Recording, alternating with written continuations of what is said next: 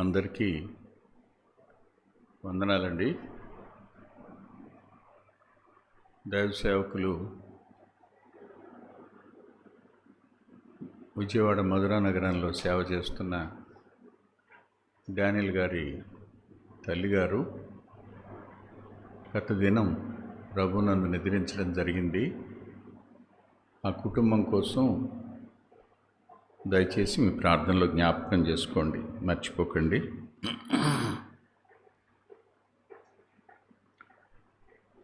మనం సంఘాన్ని, క్రీస్తు ప్రభువును మూడంతల పోలికలో రెండు వర్తమానాలు చెప్పుకున్నాం. మొదటి వర్తమానం నేను వల్లిని, మీరు తీగలు అన్నమాట. ఆయన తను తాను వల్లిగాను మనల్ని తీగలుగాను పోల్చి చెప్పుకున్నారు. అక్కడ తీగలుగా వల్లి యొక్క ప్రాధాన్యతను వినపడడం లేదా?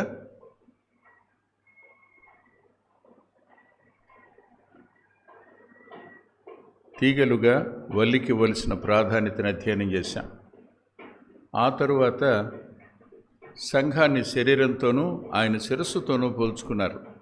అంటే అవయవాలు, దేహం శిరస్సుకి ఇవ్వవలసిన ప్రాధాన్యతను గురించి అధ్యయనం చేశాం. ఇక మూడవ పోలిక ఎఫ్సి పత్రిక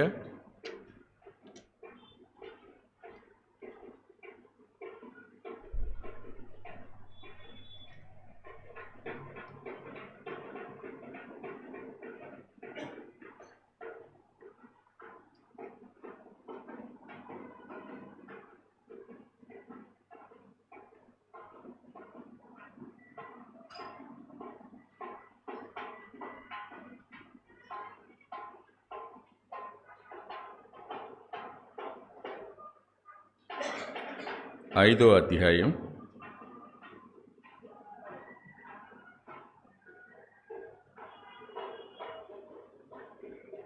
24వ వచనం. సంఘము క్రీస్తునకు లోబడినట్లుగా భార్యలు కూడా తమ భర్తలకు, తమ పురుషులకు లోబడవలెను. పురుషులారా, అటువలే క్రీస్తు సంఘమును ప్రేమించి అంటూ 32వ వచనం ఇలా అన్నారు. ఈ మర్మము గొప్పది, అయితే నేను క్రీస్తుని గుర్చియు సంఘమును గుర్చియు చెప్పుచున్నాను. ఇక్కడ సంఘాన్ని భార్యతోనూ, క్రీస్తు ప్రభువును భర్తతోనూ పోల్చడం జరిగింది.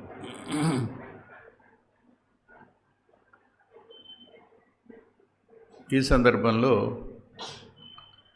భర్తల బాధ్యత అయింది కాబట్టి, భర్త బాధ్యత అయింది కాబట్టి అందరూ ఎంత కూడా తక్కువ చేయడు ఆయన.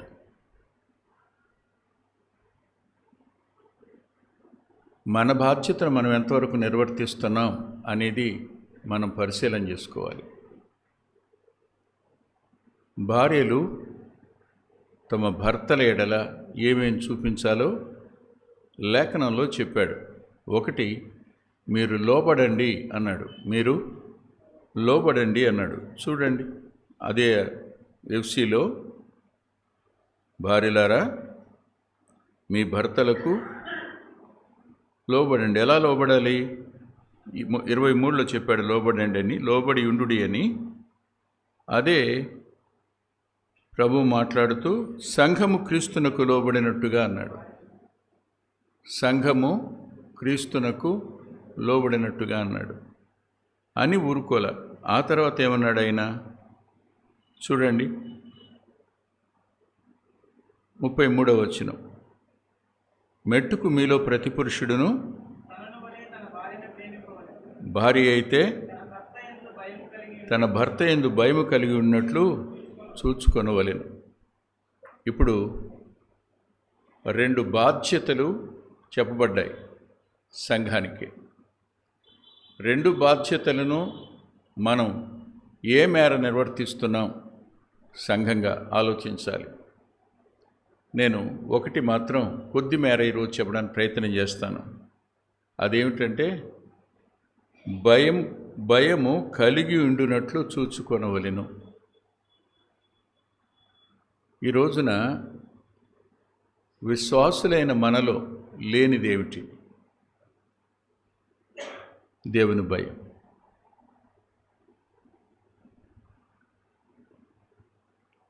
ఎవరినైనా చూడండి,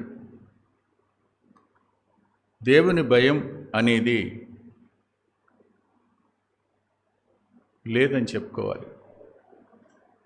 ఎప్పుడైనా పాక్షికంగా చూపించగలుగుతున్నామేమో కానీ సంపూర్ణంగా ఈ భయాన్ని అధ్యయనం చేస్తున్నామని కానీ అభ్యాసం చేస్తున్నామని కానీ చెప్పుకోలేము.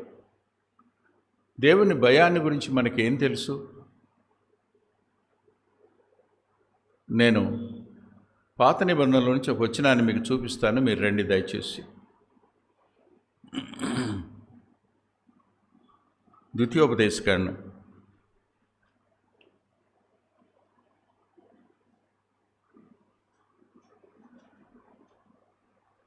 4వ అధ్యాయం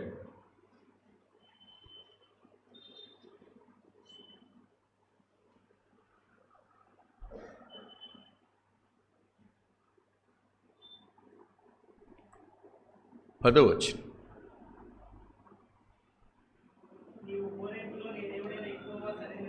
నీవు హోరేబులో నీ దేవుడైన యెహోవా సన్నిధిని నిలిచి ఉండగా, యెహోవా నా యొద్దకు ప్రజలను కూర్చుము, వారు ఆ దేశము మీద బ్రతుకు దినములనియు. ఏంటా మాట? నేను ఒక దేశానికి మిమ్మల్ని తీసుకుని వెడుతున్నాను, ఐగుప్తు బానిసత్వం నుంచి విడిపించాను, ఓ దేశంలోకి మేము తీసుకెళ్తున్నాను. ఆ దేశంలో మీరు బ్రతికినంత కాలం ఏం చేయాలి? భయపడడం నేర్చుకోవాలి. దేవుని భయం దానంతా అది రాదు. That should be learned. నేర్చుకోవాల్సింది. భార్య భర్తకు భయపడడం నేర్చుకోవడం అనేది ఎలా సాధ్యమవుతుందో చెప్పండి. మాట్లాడండి. ఎలా సాధ్యమవుతుంది? భర్త అర్థమైతే, ఆ భర్త యొక్క ఔన్నత్యం అర్థమైతే, ఇక్కడ చెప్పేటువంటి భయం అనే పదం రెవరెన్షియల్ ఫియర్, గౌరవం కలిగి ప్రేమతో ఆయన ఎడల భయం కలిగి ఉండడం. గాడ్లీ ఫియర్ అని అంటే ఆయన కొడతాడనో తిడతాడనో తీర్పు తీరుస్తాడనో విడిచిపెట్టేస్తాడనో కాదు. ఆయన ఎడల ప్రేమతోనూ ఆయన ఎడల గౌరవంతోనూ ఏ రీతిగా ఆ భయాన్ని ఆమె కల్టివేట్ చేసుకుంటుందో నేర్చుకోవాలి.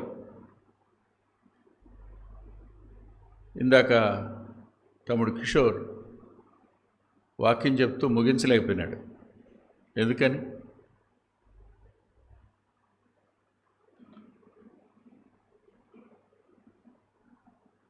సర్వాధికారి అయిన దేవుడు, సర్వశక్తిమంతుడైన దేవుడు, సర్వజ్ఞాని అయిన దేవుడు, సర్వోన్నతుడైన దేవుడు, పరిశుద్ధుడైన దేవుడు, నిత్యుడైన దేవుడు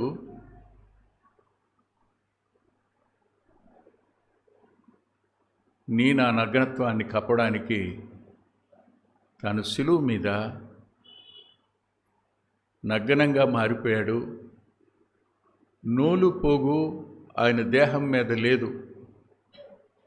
ఒకరోజు ఒక భక్తుడు రాస్తూ, ఆయన శిలువ మీద ఆయన బొమ్మ ఇస్తున్నప్పుడట ఆ పెయింటర్కి సిగ్గేసి ఆయనకి చిన్న మొలతరాడు ఉన్నట్టుగానో లేకపోతే చిన్న అంగవస్త్రం ఉన్నట్టుగా కప్పుతారు కానీ అన్నాడు.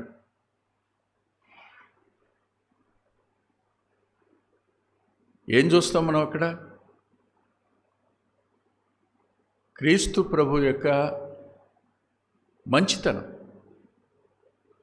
ఆయన మంచితనం అర్థమైతే ఏ వ్యక్తి అయినా, ఒక వ్యక్తితో మనకు పరిచయం అయింది, ఆ వ్యక్తితో స్నేహం పెరిగింది, పెరిగే కొద్దీ అతని మంచితనం మనకు అర్థం అవడం ప్రారంభమవుతుంది. ఆ మంచితనం మనకు అర్థమైనప్పుడు అతని మీద మనకు ఎలాంటి భావం ఏర్పడుతుంది చెప్పండి? చులకన అభిప్రాయం ఏర్పడుతుందా?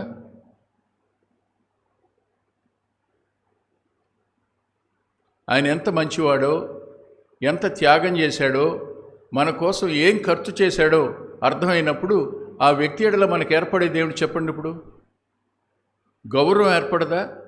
ప్రేమ ఏర్పడదా?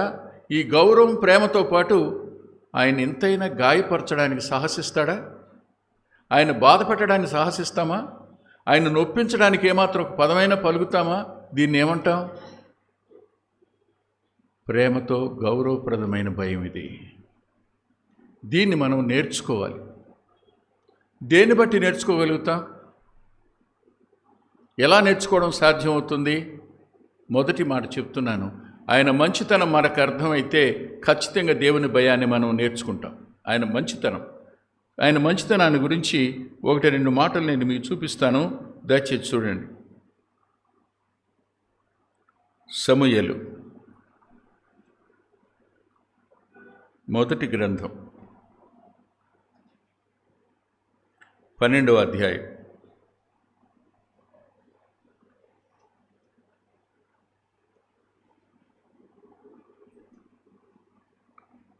24వ వచనం.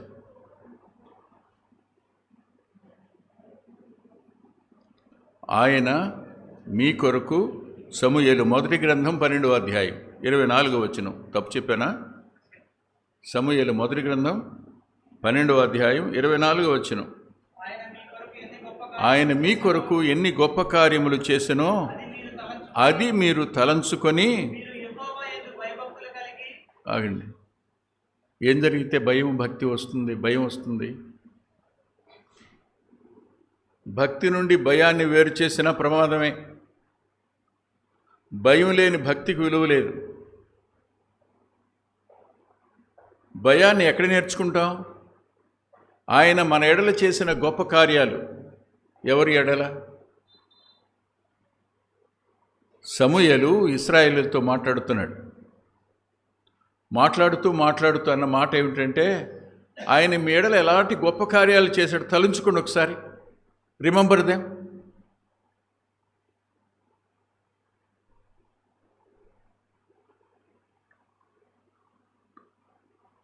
నాన్న మన కోసం రాత్రి పగళ్ళు కష్టపడ్డాడు.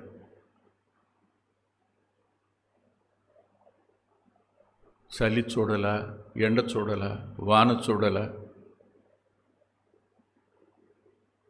ఆయన పడిన కష్టం జ్ఞాపకం చేసుకుంటే ఏ కొడుకైనా ఆ తండ్రి మీద ప్రేమ రాకుండా ఉంటుందా? ఆ తండ్రి నీ కోసం ఎంత ఖర్చు అయ్యాడో గుర్తొస్తే ఆయన మీద సణుక్కుంటాడా, విసుక్కుంటాడా, తిట్టుకుంటాడా? లేదు కదండి. అక్కడికి మనమేం మంచివాళ్ళమా? మనలో గొప్పతనం ఏమైనా ఉందా? ఏం లేదుగా. చూడండి వీళ్ళు ఎలాంటి వాళ్ళు.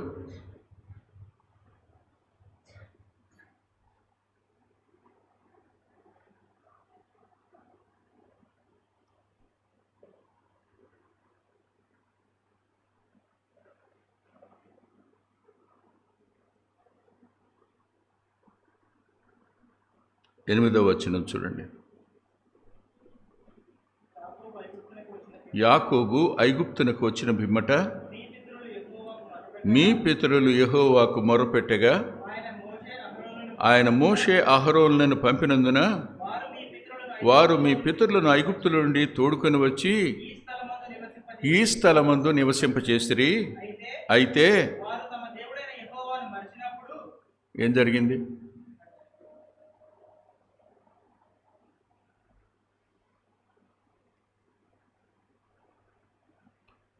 విశ్వాసుల జీవితంలో ఒక ప్రమాదకరమైన సంగతి ఏమిటంటే, forgetting God and his works. ఆయన మర్చిపోవడం, ఆయన కార్యాలను మర్చిపోవడం.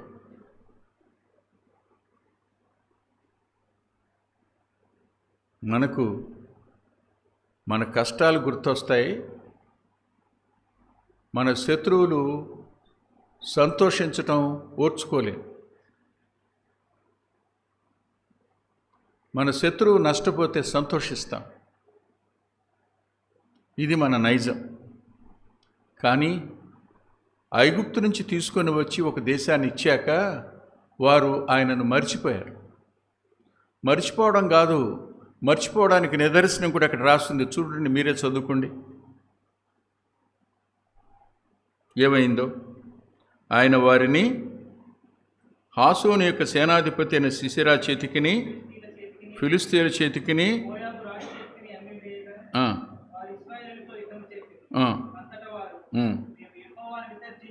మర్చిపోవడమే కాదు, విసర్జించడం కూడా జరిగింది. మర్చిపోయినందున శిక్ష వచ్చింది. శిక్ష రావడం వల్ల తప్పుదిద్దుకోకుండా వాళ్ళు దేవుని విసర్జించారు. విసర్జించి ఏం చేశారు? అందరూ చదవండి.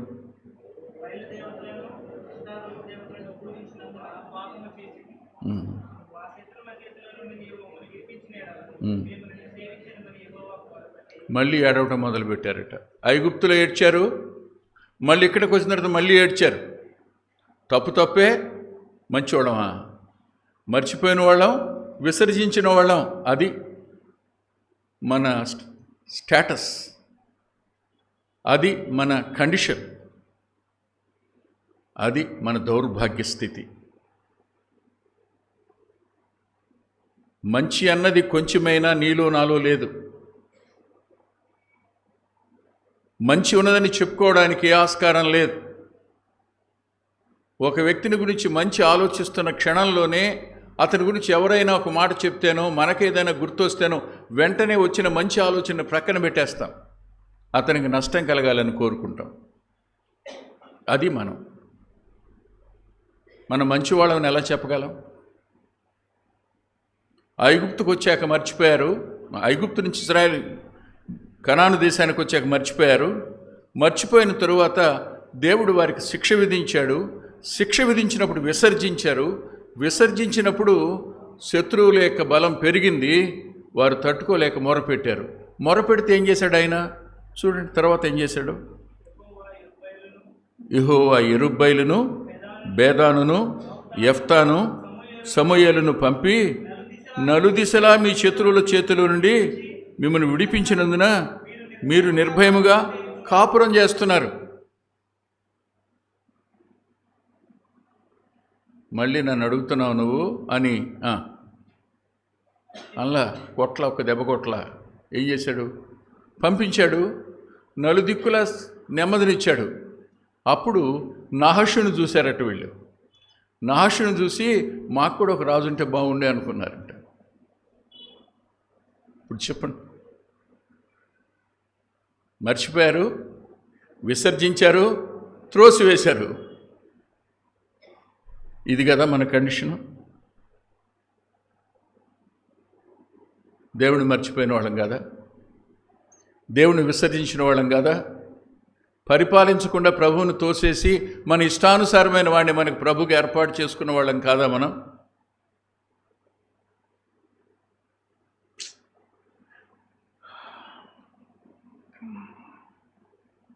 అందుకే అంటాడు 12వ వచనం, అయితే అమ్మోనీయుల రాజైన నహషు మీ మీదికి వచ్చుట మీరు చూడగానే మీ దేవుడైన యెహోవా మీకు రాజై ఉన్నను, ఆయన కాదు. ఏం చేశారు మీరు? ఆయన వద్దు, ఆయన కాదు, మమ్మల్ని నేనే ఒక రాజు కావాలి అన్నారు. ఆయన మంచితనం ఏమైంది?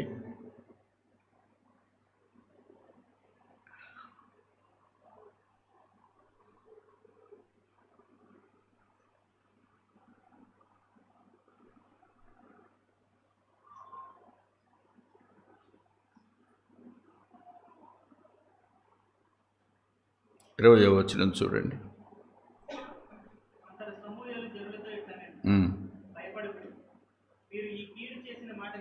ఆగండి. ఎందుకు భయపడొద్దు అంటున్నాడు? ఎప్పుడు వాళ్ళు ఇలా చేశారో, వాళ్ళు చేసింది తప్పు అని చెప్పడం కోసం దేవుడు ఒక సూచనను చూపించాడు. చూడండి ఏం చూపించాడు.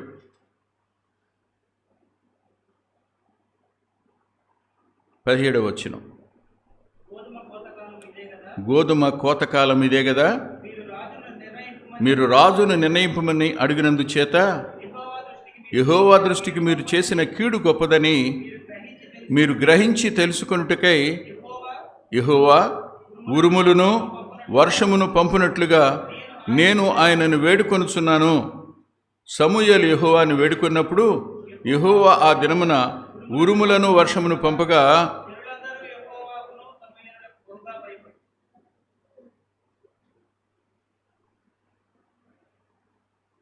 ఇక్కడ అవుదాం.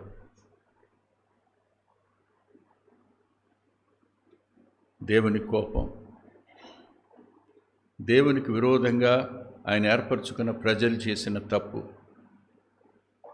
ఆ కోపం ఉరుముగాను మెరుపుగాను తీవ్రమైన వర్షం వచ్చే పరిస్థితులు ఏర్పడినప్పుడు గోధుమల కోతకాలంలో,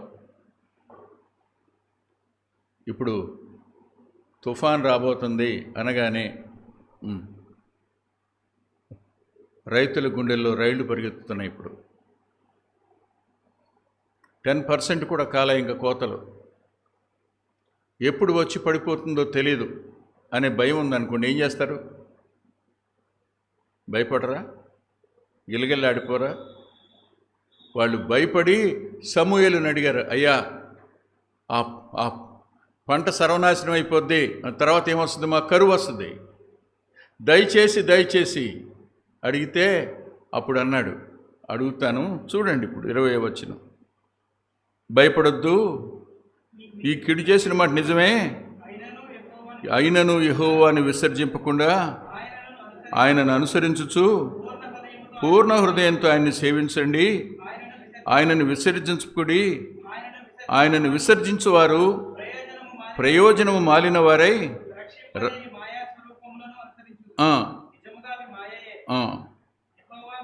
యెహోవా మిమ్మును తనకు జనముగా చేసుకొనుటకు ఇష్టము కలిగి ఉన్నాడు. తన ఘనమైన నామము నిమిత్తము, ఇదండి, this is what his goodness is. ఇది ఆయన మంచితనం. వదిలేస్తాం. ఆయన ప్రభువు తన ప్రజలను విడనాడడు. నాకు బాగా గుర్తుంది, ఓ రాత్రి పైన మోకరించున్నాను, maybe midnight at the time of 1 AM. బాగా ఏడుస్తున్నా. కారణం, నన్ను అందరూ వదిలేశారని, చాలామంది వదిలేశారని. అప్పుడు వచనం నా చెవిలో, నీవు నా మాట కంటే వాళ్ళ మాటకి ఎక్కువ ప్రాధాన్యత ఇచ్చావు కదా. వాళ్ళు కూర్చోమంటే కూర్చున్నావు, లేవమంటే లేచావు, మాట్లాడమంటే మాట్లాడే, వద్దంటే మానేసావు. వాళ్ళు వెళ్ళమంటే వెళ్ళావు, వద్దంటే మానేసావు. మీటింగ్స్ కూడా వాళ్ళు ఏం చేయమంటే అది చేశావు. నా మాట నువ్వు వినలేదు కదా. ఇప్పుడు వాళ్ళు విడిచిపెట్టేస్తే ఏడుస్తున్నావు కదా అంటూ, నేను నిన్ను ఎన్నడును విడువను ఎడబాయను అనే వచనం నా అంతరంగంలోకి రాగానే ఈ దుఃఖం కంటే ఆ దుఃఖం ఎక్కువైంది. వీళ్ళందరూ వదిలేశారన్న మాట కాదు, మర్చిపోయాను కదా ఆయన. నేను నా మనసంతా మనుషుల మీదే ఉంది కదా. వాళ్ళు నన్ను వదిలిపెట్టేశారని కదా గావురుమని ఏడుస్తున్నాను. కానీ విడిచిపెట్టని ఆయన ప్రక్కనే ఉండి నా చేయి పట్టుకుని ఉన్నాడన్న సంగతి మర్చిపోయాను కదా. అప్పుడు గుర్తొచ్చింది, నాన్న చనిపోయినప్పుడు అక్కడ పెడుతున్నప్పుడు కూడా పురుగు వంటి యాకోబు, స్వల్ప జనాంగము ఇశ్రాయేలు, భయపడకము, నీ కుడి చేతిని పట్టుకుని ఉన్నాను ఆ రోజు మాట్లాడాడు కదా. మళ్ళీ మాట్లాడుతున్నాడే, ఆయన నన్ను ఎప్పుడు వదిలిపెట్టలేదు కదా. ఆయన తన జనులను విడనాడడు. ఆ మంచితనం అర్థమైనప్పుడు ఆయన మీద మనకు ఏర్పడే అభిప్రాయం ఎలా ఉంటుంది? చులకన భావం వస్తుందా? కొంతమందికి ప్రేమించే కొద్దీ చులకనవుతాం, సాయం చేసే కొద్దీ తక్కువైపోతాం. తెలుసా మీకు ఈ సంగతి? ఒకసారి అడవికి వెళ్ళి మంచి బట్టలు, ఒక చినుగు కానీ అటువంటిది ఏం లేవు, చాలా మంచి బట్టలు ఇస్తూ ఉంటే వాళ్ళు తీసుకుంటున్నారు. ఒక అమ్మాయి అయితే సుమతి గారిని ఒక మాట ఉంది, అది నాకొద్దు, నువ్వు కట్టుకున్న చీర అంది.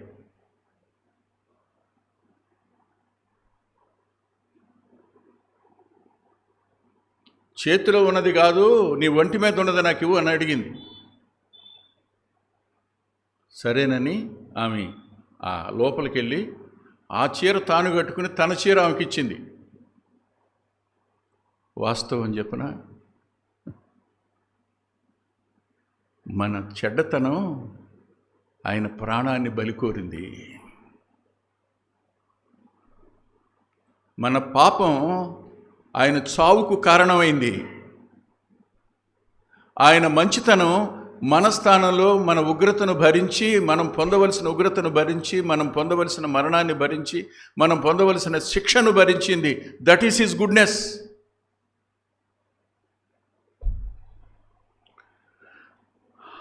అంత మంచివాడండి ఆయన, అంత మంచివాడైన దేవుని ఎడల మన వైఖరి ఎలా ఉంది? ఎలా ప్రవర్తిస్తున్నాం? ఎలా మాట్లాడుతున్నాం? ఎలా ప్రార్థన చేస్తున్నాం? ఎలా ఆరాధిస్తున్నాం? ఎలా కృతజ్ఞత చెల్లిస్తున్నాం? మొక్కుబడి కదా. మీరేమనుకోనంటే ఓ మాట చెప్తాను, ఏమనుకోరుగా? క్షమించండి. పెళ్ళవుద్ది, భార్య వస్తుంది, వచ్చిన తర్వాత ఓ సంవత్సరం 2 సంవత్సరాల వరకు బాగానే ఉంటారు. 3-4 సంవత్సరాల తర్వాత ఏ భర్త అయినా భార్య చేతుల్లోకి వెళ్ళిపోతాడు. కాదని చెప్పండి. ఏ భర్త అయినా ఎవరో ఉంటారు, ఇక అడమెంట్, వాళ్ళని ఏం చేయలేం. వెంకటరత్నం లాంటి వాడు ఎవడొకడు ఉంటాడు, దౌర్భాగ్యుడు, వాడిని ఏం చేయలేం మనం. వెళ్ళిపోయిన తర్వాత పుట్టింటికి ఆడపిల్ల వస్తుంది. వచ్చినప్పుడు ఈయన ఆలోచిస్తుంటాడు, ఏమని? నా చెల్లికి ఈసారి ఏం పెట్టాలి, నా చెల్లి పిల్లలకి ఏం పెట్టాలి, ఇవన్నీ ఆలోచిస్తుంటాడు. పక్కనే ఉంటుందిగా, ఆయన అంటది, నాకు తెలుసులేండి, నేను అన్నీ తెస్తాలి అంటది. ఎలాంటి తెస్తుంది చెప్పండి? అదే తన చెల్లి వస్తే ఎలా చూస్తుంది, నీ చెల్లి వస్తే ఎలా పెడద్ది?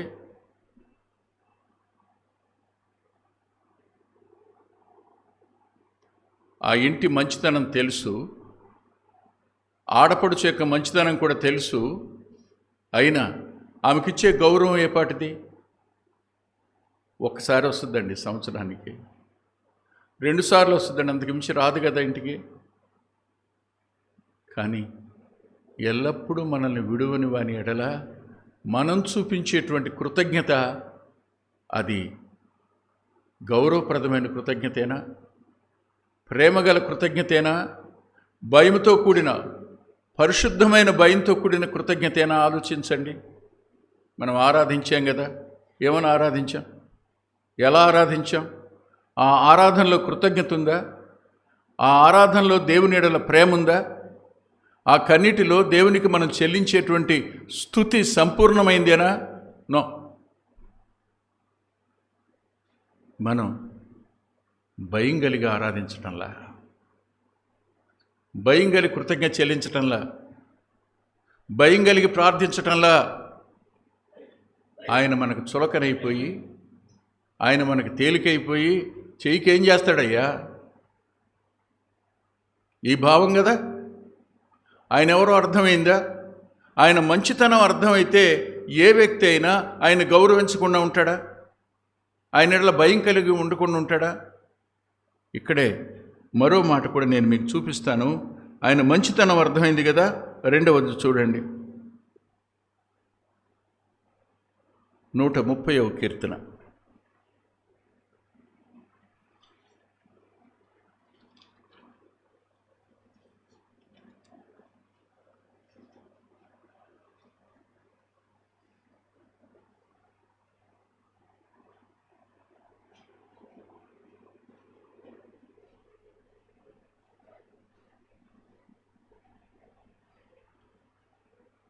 నాలుగవ వచనం.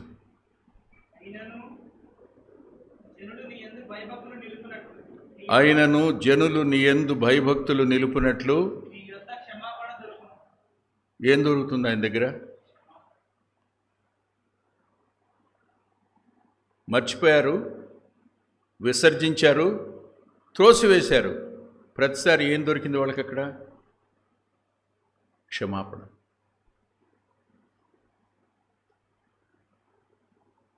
ఆయన క్షమించే మనసును చూస్తే భయం కలగకుండా ఉంటుందా?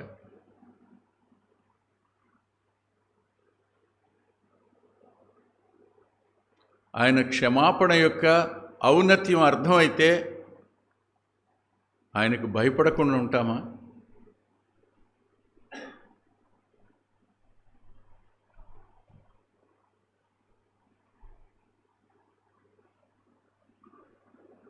ఒక మాట అంటాను, అమ్నోనును చంపి అబ్షాలోము పారిపోయాడు.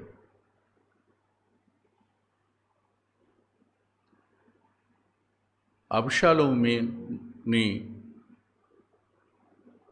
ఏ శిక్షకు పాత్రుడు? పంటికి పన్ను. ఆ ఆజ్ఞ ఉన్న దినాన్న అబ్షాలోము దేనికి పాత్రుడు? అలాంటి వ్యక్తిని క్షమించింది ఏమిటి చెప్పండి? తండ్రి హృదయం.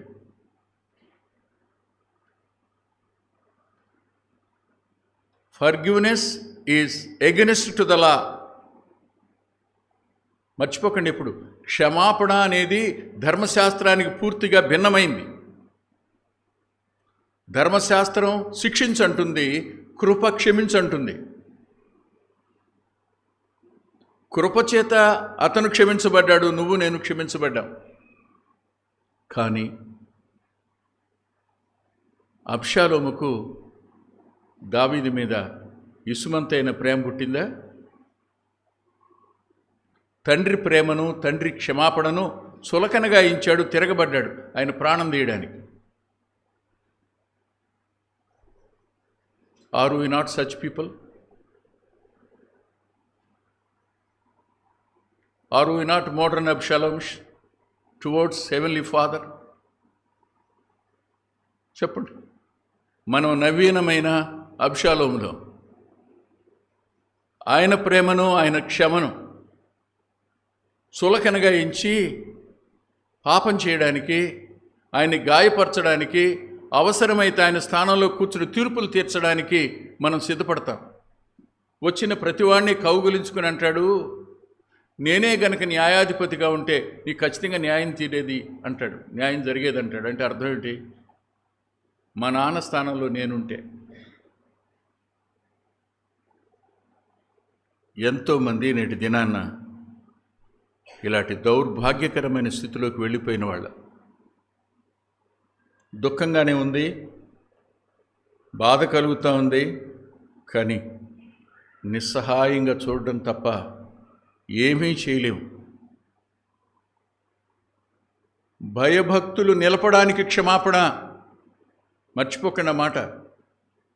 నీలో భయం కలగడానికి క్షమాపణ. భయము భక్తి నిలుపునట్లు ఆయన వద్ద క్షమాపణ దొరుకుతుంది. ఆయన క్షమించాడు మనల్ని. క్షమించడం కాదు, మర్చిపోయాడు. మనం చేసిన సమస్తం మర్చిపోయాడు. మనం మర్చిపోం, క్షమిస్తాం, కానీ జ్ఞాపకం పెట్టుకుంటాం.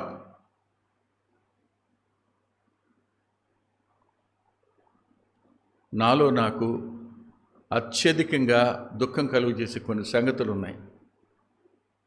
నేను మనసు మీతో మాట్లాడుతున్నాను.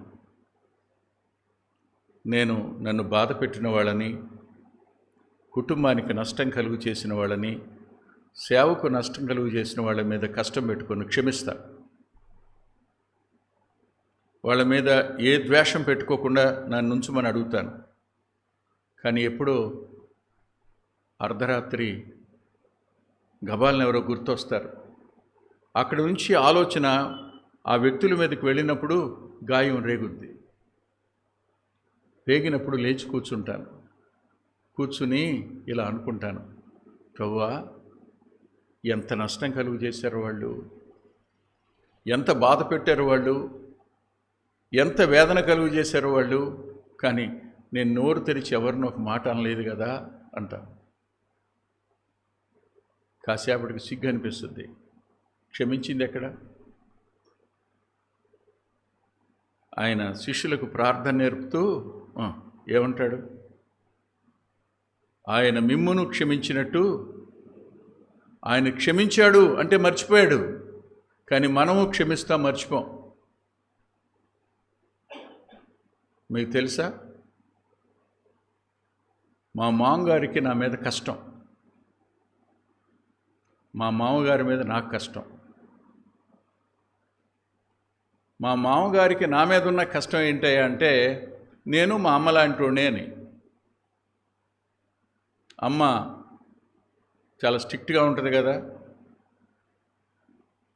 కోడల్ని కంట్రోల్ చేస్తుంటుంది కదా, అంతవరకే చూశాడు ఆయన. కానీ ఆమె కోప్పడిన ఒక 10 నిమిషాలకి మళ్ళీ కోడల్ని దగ్గరికి తీసుకుంటుందని కానీ, అన్నం ఆమెకు పెట్టకుండా తినదని కానీ ఆయనకి తెలీదు. అల్లుడు కూడా, నేను పెళ్ళై 44 సంవత్సరాలు అయితే మొత్తం మీద 15 సార్లు 16 సార్లు నేను వెళ్ళి ఉంటాను, 10 సార్లు ఆమె వెళ్ళి ఉంటుంది అంతే. ఇవన్నీ కష్టానికి కారణాలు. సరే, ఆయన కష్టానికి కారణం ఉందంటే నేను మాట్లాడను కాబట్టి. కానీ నా కష్టానికి కారణం ఏంటి?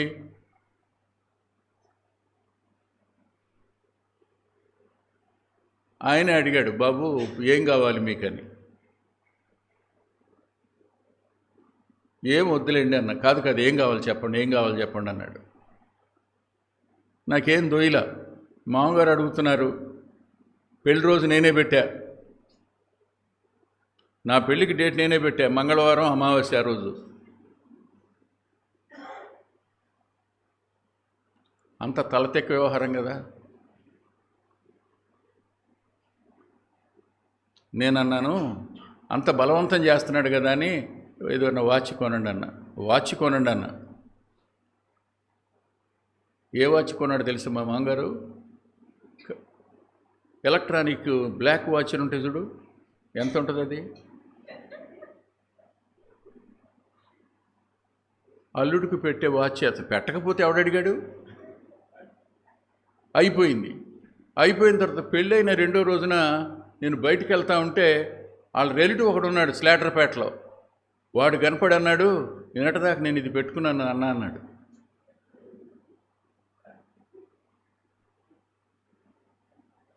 ఎలా ఉంటుందో చెప్పండి. ఏమండి, వెంకటరత్నం ఇంత ప్రసంగం చేస్తున్నాడు, ఆ వాచ్ని ఇంకా మర్చిపోలేదే. భక్తిపరుడని చెప్పుకోవడానికి ఏముంది? క్షమించానని చెప్పడానికి ఏముంది? మనం క్షమిస్తాం కానీ మర్చిపోలేం. కానీ ఆయన మంచితనం, క్షమించి సముద్ర అగాధంలో పడేస్తాను, మరి అన్నిటికీ జ్ఞాపకం చేసుకోను అన్నాడు ఆయన. అది ఆయన గుడ్నెస్. అది అర్థమైనప్పుడు ఏ వ్యక్తి ఆయన ఎడల భయం కలగకుండా ఉంటుంది చెప్పండి.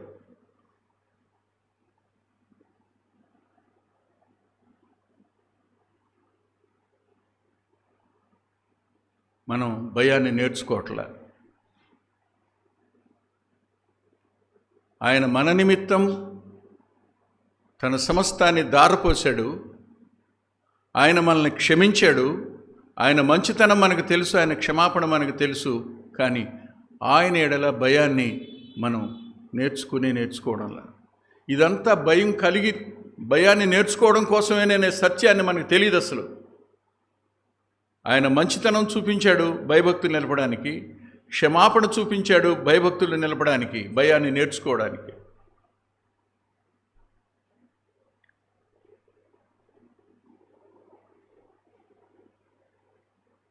మరో మాట కూడా చూద్దాం.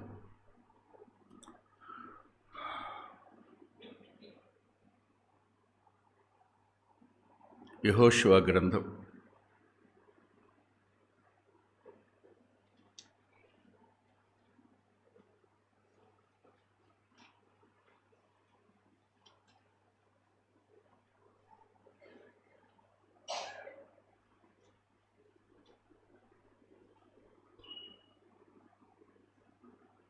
4వ అధ్యాయం.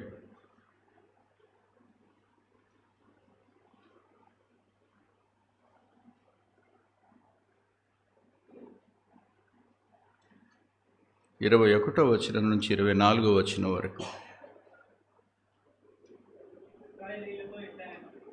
ఇశ్రాయేలీయులతో ఎట్లనెను, రాబోవు కాలమున మీ సంతతి వారు ఈ రాళ్ళు ఎందుకని తమ తండ్రులను అడుగుదురు కదా, అప్పుడు మీరు ఇశ్రాయేలీయులు ఆరిన నేల మీద యోర్దానును దాటిరి. ఎట్లనగా యెహోవా బాహువు బలమైనదని భూనివాసులందరూ తెలుసుకొనుటకును, మీరు ఎల్లప్పుడూ మీ దేవుడైన యెహోవా యందు భయభక్తులు నిలుపుటకును, మేము దాటు వరకు మీ దేవుడైన యెహోవా తానే మా ఎదుట ఎర్ర సముద్రమును ఎండజేసినట్లు, మీరు దాటు వరకు మీ ఎదుట యోర్దాను నీళ్ళని ఎండజేసినని చెప్పి ఈ సంగతి వారికి తెలియచేయవలెను.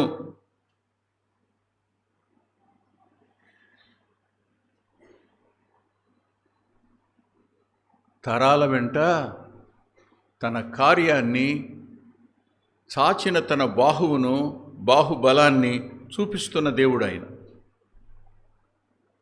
ఎంత బలవంతుడైన, బలాన్ని గురించి వివాదం వస్తే ఆయన నేనున్నాను అన్నాడట, అంతే అన్నమాట. ఆయన ఒక్కసారి పలికాడంటే అది 2 సార్లు వినపడిందట. ఎక్కడ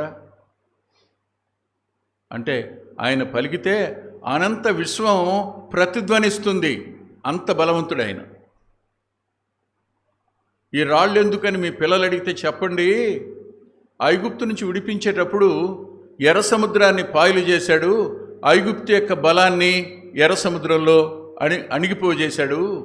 ఆ దేవుడే మా ఎదుట యోర్దానును కూడా పాయలు చేశాడు. లోకాన్ని, దాన్ని పరిపాలించేవాడిని, వాడి శక్తి సామర్థ్యాలన్నిటినీ ఉడిగిపోజేసిన వాడే, మరణ నదిని కూడా మమ్మల్ని దాటించినవాడు, అంత బాహుబలం కలిగిన వాడు ఆయన.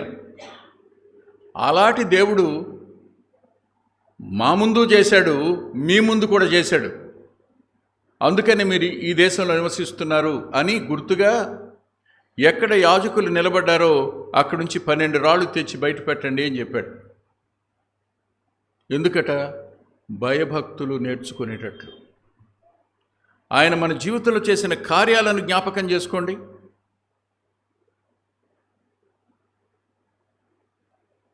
ఐగుప్తు నుంచి బయటకు వచ్చినప్పుడు వాళ్ళందరూ ఆయన మీద తిరుగుబాటు చేసి మేము వెళ్ళి ఫరోకు లోబడిపోతామని ఒక నాయకుడిని ఎన్నుకోలా? అయినా ఎర్ర సముద్రాన్ని పాయలు చేశాడే. వాళ్ళల్లో ఏముందని తెలుసు? తిరుగుబాటు ఉందని తెలుసు. ఎర్ర సముద్రం పాయలు కావడం అనేది మీకు చిన్నగా అనిపిస్తుందేమో కదూ? లేదండి. ఒక సముద్రం పాయలైతే రాత్రంతా తూర్పు గాలి విసిరితే ఆ భూమి ఎండింది. వాళ్ళు పొడి నేలను నడిచిరి అనే మాట. వాళ్ళు పొడి నేలను నడిచి వెళితే, మేము చదువుకునే రోజుల్లో ఒక పాస్టర్ గారు అమ్మాయి ఉండేది. ఆమె పేరు ఫీబే, గురువాడలోనే. మా క్లాస్ కాదు. ఆ క్లాసులో ఒక ఆయన మాస్టరు సర్కాస్టిక్గా మాట్లాడతారనమాట. మాట్లాడుతూ ఏంట్రా బైబిలు, ఎర్ర సముద్రం దాటడం పెద్ద గొప్ప అనుకుంటున్నారా ఏంటి? అది అంతా కలిపితే చీలమండల లోతు ఉంటుంది అంతే, అంతకుమించి పెద్ద లోతు ఉండదు, అందులో నడిచి వెళ్ళటం పెద్ద గొప్ప అన్నాడు.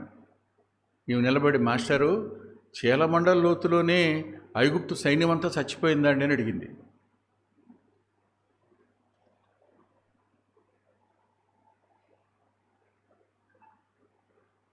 ఏం చూసాం మనం? వాస్తవానికి పాపభారం నుంచి బయటకు వస్తామని ఎప్పుడైనా ఊహించామా? పాప బానిసత్వం నుంచి వెలుపలకు వస్తామని ఊహించామా? మరణంలోంచి జీవంలోనికి దాటిపోతామని ఊహించావా? ఇవన్నీ చేసిన ఆయన మంచితనం, ఆయన క్షమాపణ, తరాల వెంట నేను మీతో ఉన్నాను అనడానికి రుజువులు ఆయన చేస్తూనే వచ్చాడు. నేను మీతో కూడా లేనా? నేను మిమ్మల్ని విడిచిపెట్టేశానా? నేను మిమ్మల్ని మర్చిపోయానా?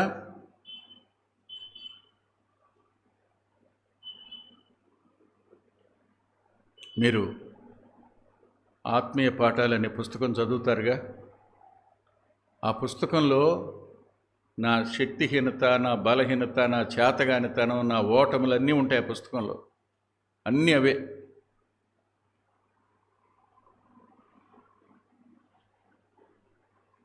కానీ నన్ను విడిచిపెట్టని ఆయన ప్రేమను మాత్రం నేను ఎప్పుడు మర్చిపోలేను.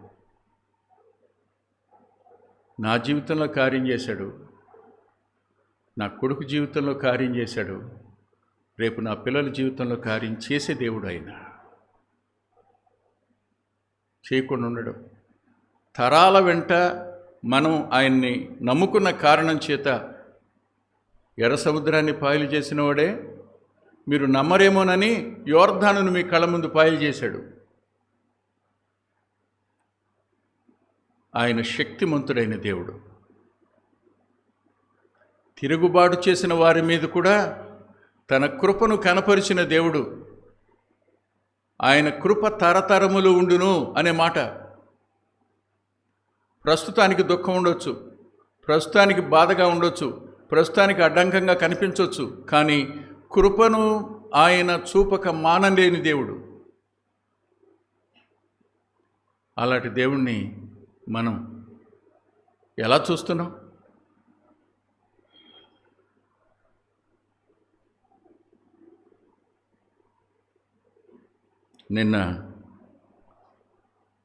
మొన్న అనుకుంటా ఫ్రైడే ఓ తమ్ముడిని చూడడానికి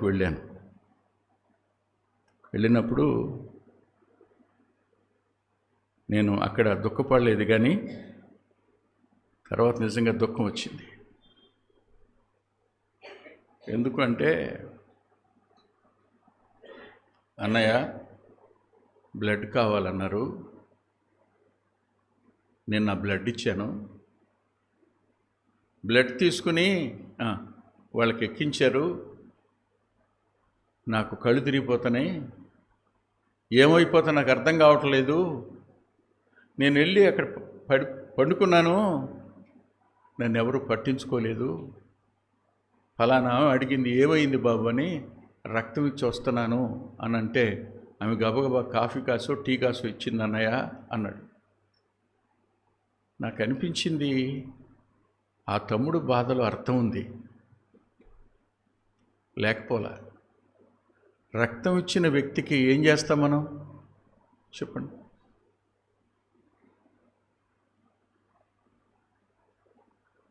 నేను పెంచిన పిల్లల్లో చిన్నోడు ఫ్రాన్సిస్,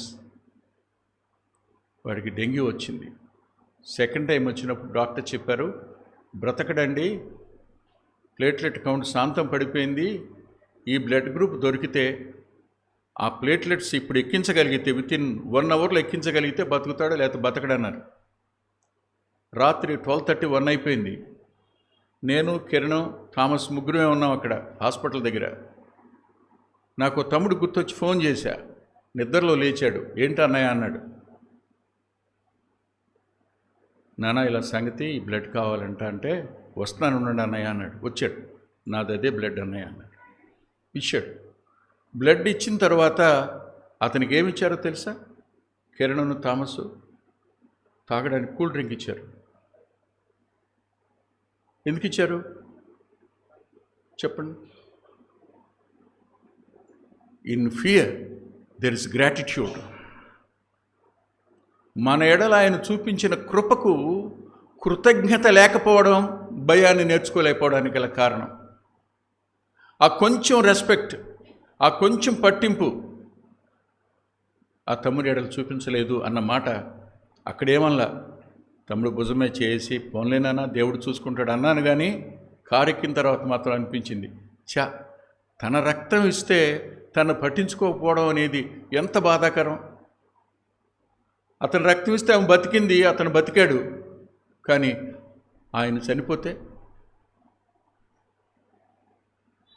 తనేం బలవంతుడు కాదు, తనేం శక్తివంతుడు కాదు, సామాన్యుడే.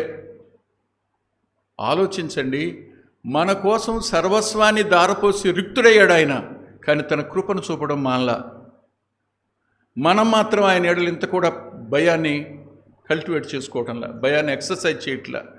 We are not learning God's fear.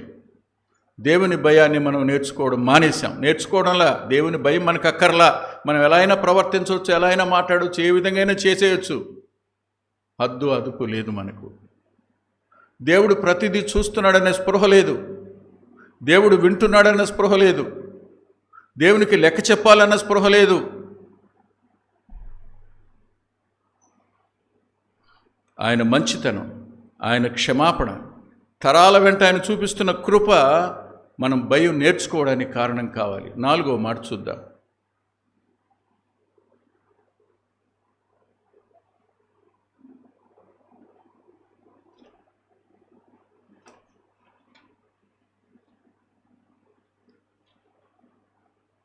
ప్రకటన గ్రంథం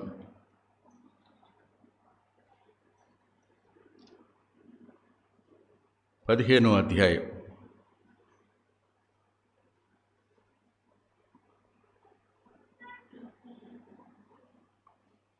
3-4 వచనాలు కలిసి ఉన్నాయి. అందరం కలిసి చదువుకుందాం. వారు, ప్రభువా, దేవా, సర్వాధికారి, నీ క్రియలు ఘనమైనవి, ఆశ్చర్యమైనవి, యుగములకు రాజా, నీ మార్గములు న్యాయములను సత్యములైనవి. ప్రభువా, నీవు మాత్రము పవిత్రుడవు. ఆగండి. ఆయన పవిత్రతను మనం ఒక్కసారి అర్థం చేసుకోగలిగితే భయం కలగకుండా ఉండదు. నీకు భయపడని వాడెవడు?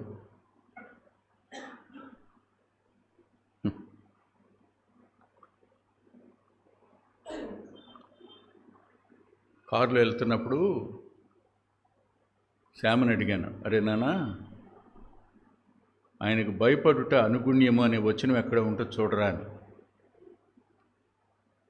గబోబా సెల్ ఫోన్లో నొక్కి, పెద్దనా ఇర్మియా గ్రంథం 10వ అధ్యాయం పెద్దనా 7వ వచనం పెద్దనా అన్నాడు. చూడండి, ఇర్మియా 10:7.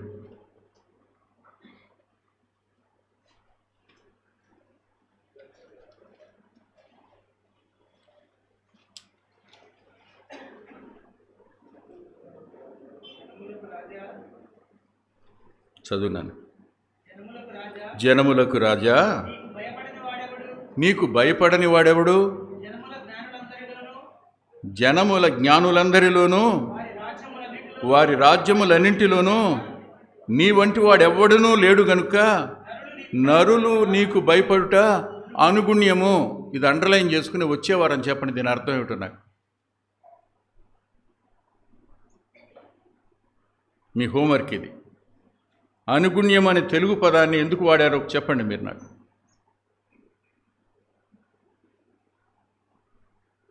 నీకు భయపడని వాడెవడు? భయపడుట అనుగుణ్యం అనే పదం.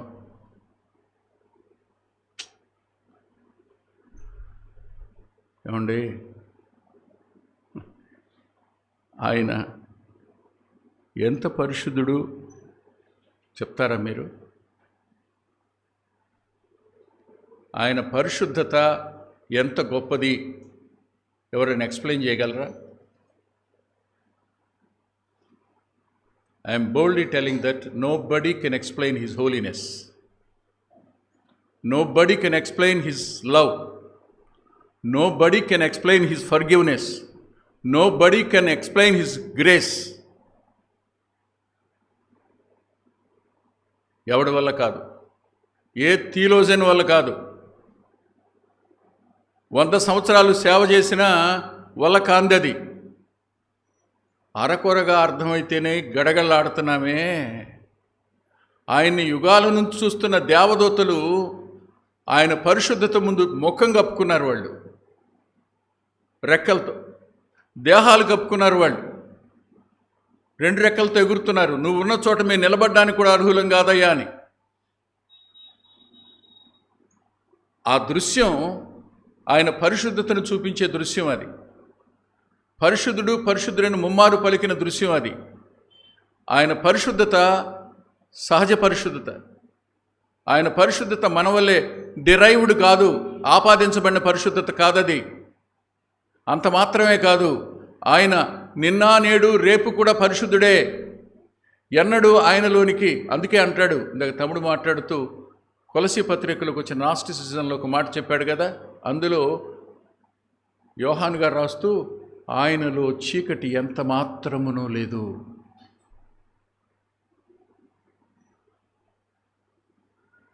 చీకటి అనే పదం పాపానికి పోల్చబడింది. అంతేకాదు, గమనాగమనంలో వచ్చే ఛాయ్ ఎంత మాత్రం లేదు. That is his holiness. ఆయన పరిశుద్ధత ముందు ఎవ్వరూ నిలబడలేరు. ఆయన పరిశుద్ధత ముందు ఏ వ్యక్తి కూడా తలెత్తి నిలబడలేడు. అంత పరిశుద్ధుడైన వాడు ఎందుకు ఇదంతా చెప్తున్నాడు? నీకు భయపడని వాడెవడో. నిన్న రాత్రి వస్తున్నప్పుడు అట్ అబౌట్ 11:30 or 12 వస్తూ ఉండగా ఒక మాట చెల్లి ఫోన్ చేసి మాట్లాడుతాను, అన్నయ్య దేవునికి భయపడని వాళ్ళు ఎవరైనా ఉంటే మనమేనన్నయ్య. లోకస్తులకైనా దేవుని భయం ఉంటుంది కానన్నా క్రైస్తవులని చెప్పి మారు మనసు పొందామని చెప్పుకునే వాళ్ళకి దేవుని భయం ఉండదు అన్నయ్య. మనకు దేవుడు చులకనైపోయాడు అన్నయ్య.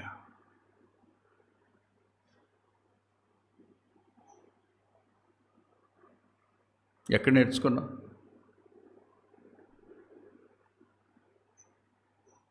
ఆయన చిత్తానికి అప్పగించుకోం.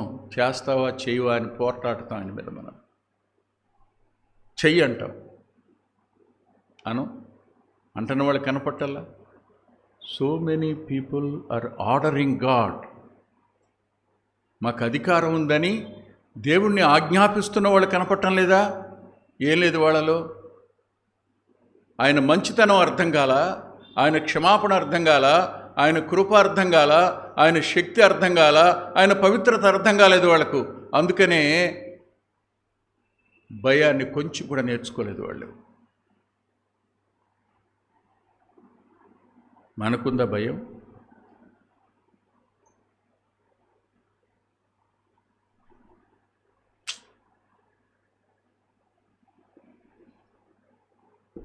టైం అయిపోయింది. వచ్చేవారం నిజంగా భయం కలిగి ఉంటే ఒక విశ్వాసి కలిగే ఆధిక్యతలు ఏమిటో వచ్చేవారం చూద్దాం. తల్ల వంచి ప్రార్థన చేసుకుందాం. ప్రేమగల తండ్రి, నమ్మకమైన దేవా, కొద్ది మాటలు చెప్పటానికి నీ దాసుని మీ కృప చొప్పున బలపరిచారు. నిలబడినవాడు శక్తిమంతుడు కాడు, యోగ్యుడు కాడు. భయాన్ని అరకొరగా మాత్రమే అభ్యాసం చేస్తూ నాలుకను అదుపులో పెట్టుకోవడానికి ప్రయత్నం చేస్తున్నవాడంతే. ప్రవర్తనలో ఇంకా పూర్తిగా ఆ అభ్యాసం లేదని ఒప్పుకుంటున్నాను. ఏ రీతిగా రొట్టె ద్రాక్షరసంలో పాలు పంపులు పొందాలి, యుగములకు రాజా, నీవు పరిశుద్ధుడవు, నీకు భయపడినవాడెవడు? జనములకు రాజా, నీకు భయపడుట అనుగుణ్యము అని రాయించారు లేఖనంలో. కానీ మేము నీ భయాన్ని అభ్యాసం చేయటం లేదని సిగ్గుతో తల వంచుకుంటూ క్షమించమని అడుగుతూ మీ కృపకు వింటున్న మా ప్రియులందరినీ అప్పగించుకుంటూ యేసు క్రీస్తు ప్రభు వారి పేరిట ప్రార్థిస్తున్నాం తండ్రి. ఆమేన్.